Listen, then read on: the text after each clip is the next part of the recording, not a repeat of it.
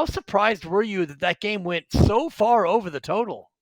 Yeah, for sure. Well, game one we know was a high scoring game. Game two then was really defensive until that fourth quarter when John the Grizzlies went crazy. And then yesterday, like you said, just an offensive shootout. I think going into the fourth quarter, the Warriors were shooting like 65% of the from the field. You and Guru, you watch the Warriors every night. You guys know when they get on one of their rolls like they did last night, there's no stopping them. When Curry's hitting shots and Klay's hitting shots and Poole's hitting shots. They're a different animal. And last night was one of those cases. Memphis got off to a pretty good start first quarter there. They were up by 8 points, and then that Golden State avalanche came, and they never looked back. PJ, always a pleasure. You know, gamblers are always looking for a trend, something to take advantage of. Have you noticed any trends in the second round that you're looking to keep track of? Yeah, there haven't been too many, Guru. The one I will say that I think is fascinating is the unders in these must-win situations. We kind of saw Philly and Dallas with their backs against the wall when they were both down 0-2, and both of those games went under the total. That Philly-Miami game was way under the total. Miami didn't even crack 80 points. And then Dallas and Phoenix, same thing. Phoenix didn't even crack 100 points. Dallas finally looked like that great team that they were all season. So when teams get into these spots where they're essentially must wins, both of those teams knew they couldn't go down 0-3. I'm looking at that Memphis Golden State game like you guys just touched on. Memphis knows they need to get home court back, and I'd look in that game 4 to bet the under. So just something to keep in mind when these teams really know that they have to get these wins for just the series, knowing that they can't go down 3-1 or they can't go down 0-3. I think unders are the way to go. We saw in those play-in games when all those games are pretty much must wins, those unders were killing it. And I think the later that we get and these games, the deeper that they go, the unders are the way to go in these games. Well, let's look that ahead forward then to today's game coming up here in about an hour from now. The Suns are at the Mavericks. It's not a must win for Dallas. Phoenix leads it 2-1. Dallas trying to even things. Phoenix is favored by 2.5 with an over-under of 214.5. PJ, how do you see this game going today here coming up in about an hour?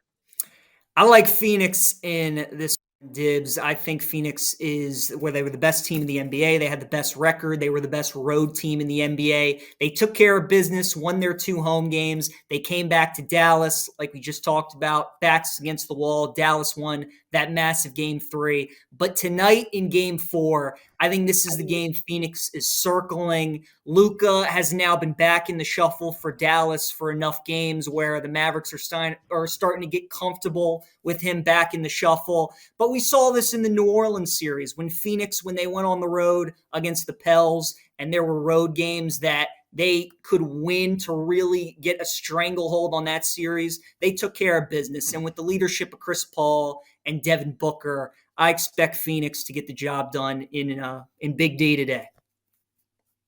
DJ, you would have thought I was Johnny Cochran, the late, great Johnny Cochran, defending James Harden, even during his heyday. The guy would show up to the arena. It was 30 or 40 points. You just knew it was coming. Forget what it looked like. It was an ugly style or ugly brand. But all of a sudden, PJ, this guy won't even he won't even take 20 attempts in a game. And I'm telling Dibs and the listeners, like, why would anybody take, the over on his point total? What are you making of James Harden? And do you think anything's going to change when we see an ultra-aggressive James Harden? Yeah, Guru, it's been kind of crazy to watch, isn't it? I mean, James Harden for the last decade has been one of the best scorers in the league. He's won scoring titles. He's a top 75 NBA player. Philly brought him in for his scoring to go along with Embiid, and he just hasn't been doing it. I'm with you, though. The shot attempts is what has been the part. It's not necessarily the fact he's not dropping 30, 35 a game. It's the fact he's attempting like 10 to 15 field goals. So there's no reason for me to think that it's going to change because he keeps doing it. He's pass first right now. He's looking to set up guys. He's trying to find Maxey and he's trying to find Harris and Danny Green. And now that Embiid's back, he obviously wants to get Joel his touches. But yeah, the James Harden, it's just fascinating. We know his track record in the playoffs. When he was with Houston, he would crumble and he would turn the ball over and he would have duds all the times when the Rockets needed him to be the star that he was during the regular season. And right now, he's kind of starting to reform back to that a little bit. And he's just not looking for his shot enough. And he's going to need to score today if they're going to get the win against Miami, because the Heat are not going to play as poorly as they did in offense in game 3. Philly's going to have to bring their A game today if they're going to want to win that one. Philly minus 2.5. And the over-under sitting at 208. And it's funny you mentioned James Harden and PJ Glasser here, BetQL statistician, joining us here on Sunday's Bets with Guru and Dibs. James Harden's over-under set at 20.5, slightly juiced, minus 109 on the over. The under actually is minus 120, so more money leaning toward the under 20.5. What do you think about the James Harden point prop, PJ? So today, actually, in that one, I would probably lean the over with James Harden in points. We just talked about how he's not shooting enough and he's more so going the facilitator route. But I think today he's going to score with Embiid back now, playing his second game since he missed game 1 and game 2. They're going to be involved in the pick and roll more. Maxey just had his explosive game where he had 34 points. So today I think it's a James Harden game where he's going to attack. Expect a lot of points from the free throw line. We know when James Harden's right, he's making 10, 12, 14 free throws. And the point total for James is kind of dropping more and more each game because the media is just talking about it so much and how he just hasn't been as effective as what the Sixers are needing him to be. So I think this is a great spot where you're buying low on Harden at 20.5. And this is a chance to get in on that because I think he scores about 24, 25 points today. Let me ask you this. And I know all the four series are 2-1, but what's your gut tell you about the two best teams in the Western Conference and Eastern Conference? Like if you had to predict the final right now, what two teams would you go with, PJ? So, Guru, in the West, I go with Golden State. I understand that Phoenix was the best team in the NBA all season and that they made the finals last year. I had real reservations coming in to the playoffs for this team because last year Phoenix was extremely fortunate when they played teams that had injuries. If you remember in the first round, they got the Lakers when Anthony Davis was banged up. Then they played the Nuggets when Jamal Murray was injured, and then they got the Clippers without Kawhi. So credit to them. They obviously can't control who they play, but they got fortunate with teams and injuries. We saw in the first round, the Pelicans, who are a young and up-and-coming team, didn't have any injuries on their roster. They gave Phoenix fits. And now Dallas won game 3. If they win today, that's all of a sudden a best-of-3 series. And you look at the Warriors, we know they have 3 Hall of Famers on that team. Steve Kerr is one of the best coaches in the league. And now you just bring Jordan Poole into the shuffle. And he has given them that spark that they needed. He's obviously not Kevin Durant, but when the Warriors won those titles and Durant was essentially that fourth piece, that's what Poole is to them right now, where you have just a scorer that's giving you 25 to 30 a game to go along with Curry, Klay, and Draymond, and it's just fits for defenses to figure out. So I like Golden State in the West. And then in the East, guys, I've actually flipped to the Miami Heat. I was on the Boston Celtics, but now after watching the Heat, just how good they are defensively. We know Coach Spoelstra is one of the best in the business, but with Lowry and Oladipo and Jimmy Butler and Bam and all the guys that they can throw at you defensively, how they can all switch. And then obviously offensively bringing Tyler Hero off the bench, how they can shoot threes. And the fact that if a team wants to get through Miami to go to the finals, they're going to have to win a game in Miami. And that's obviously huge. Boston and Milwaukee just feels like a series that's going 7. Those teams are going to beat up on each other. And I think that's going to benefit Miami really well. And I think they're going to get to the finals and face off with Golden State. That's fantastic. It's PJ Glasser here, BetQL statistician here on Sundays with Guru and Dibs. I was going to ask you who you thought might go 7, which series might go 7, but I think you're right. Milwaukee, Boston feels like a knockdown drag-out that might go all the way to the wire. But I want to ask you about the NBA finals MVP odds because Steph Curry is now injected as the favorite.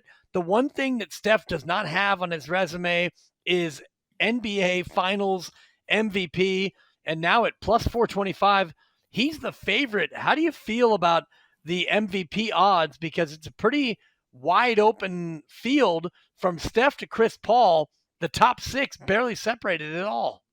Right. And so what's interesting about the finals MVP, if you like teams like the Bucks to make the finals, or you even like the Grizzlies to make the finals, then obviously Ja Morant's going to win finals MVP and Giannis is going to win finals MVP. But for me, I like the Warriors. So outside of Steph Curry, I'm looking at a guy, Jordan Poole, at 20-1. Steph's the best player on the Warriors. Nobody's going to deny that. But watching the playoffs this year, guys, you can make an argument that Poole's been the best player for Golden State so far in the playoffs. If he continues that in the finals at 20-1, that's fantastic value. Another guy, Klay Thompson, right now, I'm looking at 28-1. Look, guys, we know Klay is obviously one of the best shooters to ever play. And when you're thinking about finals MVP, sometimes there's a narrative that goes into it. There's a story. And Klay being out of basketball for 2 years and now playing in the finals again, if he averages 25 a game in the finals, I think he's right there. And at 28-1, great value. And then a couple others that caught my eye. Jimmy Butler. I just mentioned you guys, I think the Heat are going to make the finals, and Jimmy's the best player on that team. He's averaging 27 points per game, 8 rebounds here in the postseason. He's been great, and he's a big-time player. The bigger the game, the better Jimmy Butler plays. And if you like Phoenix in the West, DeAndre Ayton to me is an interesting look. Booker and Paul are towards the top, as you mentioned, Dibs, of guys right there kind of mixed up for finals MVP. Phoenix is just so well balanced, though, and they have so many different guys that can beat you. And you look at Ayton, who's averaging 19-9 here in the postseason. If he has like 25-10 in the finals, I think that's great value too at 14-1. So those would be my 4 guys that I would look at that you get some good value on. PG, I don't want to sound like a complainer, but I am on Mother's Day. If you see Commissioner Silver, can you let him know Tibbs and I have talked about the NBA MVP for 2 straight months, and most likely whoever's the MVP this year for the regular season, you find that out that they're a playoff team. But, PJ, we still don't know who the NBA MVP is, and I hate the fact that if it was Jokic, he could have got it during a home playoff game. What's taking so long? And now I feel like, yeah, we want to know, but it kind of loses its luster as the playoffs grow. I mean, your thoughts on that? Yeah, it's a good point you bring up. Obviously, Jokic and Embiid have kind of been head and shoulders above everyone for most of the season, especially second half of the season. Jokic became the betting favorite the last 2-3 weeks of the season. He kind of pulled away a little bit. And now that Embiid's kind of been banged up and the Nuggets really didn't give much of a challenge to Golden State, even though Jokic was excellent in that series, it's kind of took a little sting away from it. Plus, Jokic just isn't flashy. He's not Giannis. He's not Ja Morant. He's not Steph Curry. He's one of the best players in the league, but he's just not the household name, the face of the NBA. And I think that's why the award this season has kind of lost some of its luster. And as for why they're taking so long, Guru, I don't know. It seems like every week there's a report that comes out, oh, Adam Silver and company are coming to the Sixers game, and now Joel Embiid's going to win MVP. So your guess is as good as mine. I don't know. I think Embiid's the best player, but I think Jokic is going to win it because of the statistical season that he had. That would be back-to-back, which is what Steph Curry did. Very few have done as much. PJ Glasser, thanks for joining us. Enjoy all your Sunday bets today. Yeah, you guys as well. Happy Mother's Day. Thanks for having me.